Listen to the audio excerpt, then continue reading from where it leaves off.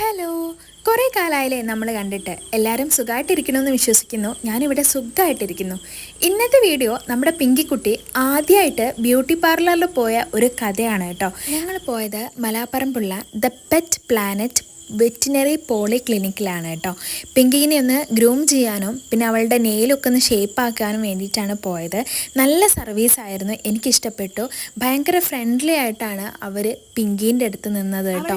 അങ്ങനെ കൊണ്ടുപോകുമ്പം എനിക്ക് ചെറിയ പേടിയും കാര്യങ്ങളൊക്കെ ഉണ്ടായിരുന്നു, അഗ്രസീവ് ആവുമെന്ന്. പക്ഷേ കുഴപ്പമൊന്നും ഉണ്ടായിരുന്നില്ല. നല്ല കുട്ടിയായിട്ട് ഗ്രൂം ചെയ്തെടുക്കാനും വാഷ് ചെയ്യാനും എല്ലാത്തിനും നിന്ന് എടുത്തു. ആദ്യം അവർ ഗ്രൂം ചെയ്തെടുത്തു, പിന്നെ വാഷ് ചെയ്തു, പിന്നെ ടവലൊക്കെ വെച്ച് നന്നായിട്ട് തുടച്ചെടുത്തു കേട്ടോ. അത് കഴിഞ്ഞിട്ട് ഡ്രയർ വെച്ചിട്ട് ഉണക്കിയെടുത്തു. പിന്നെ അവളുടെ നെയിലും കാര്യങ്ങളൊക്കെ ഒന്ന് ജസ്റ്റ് കറക്റ്റാണോ നോക്കി വൃത്തിയാക്കി എടുത്തു കേട്ടോ.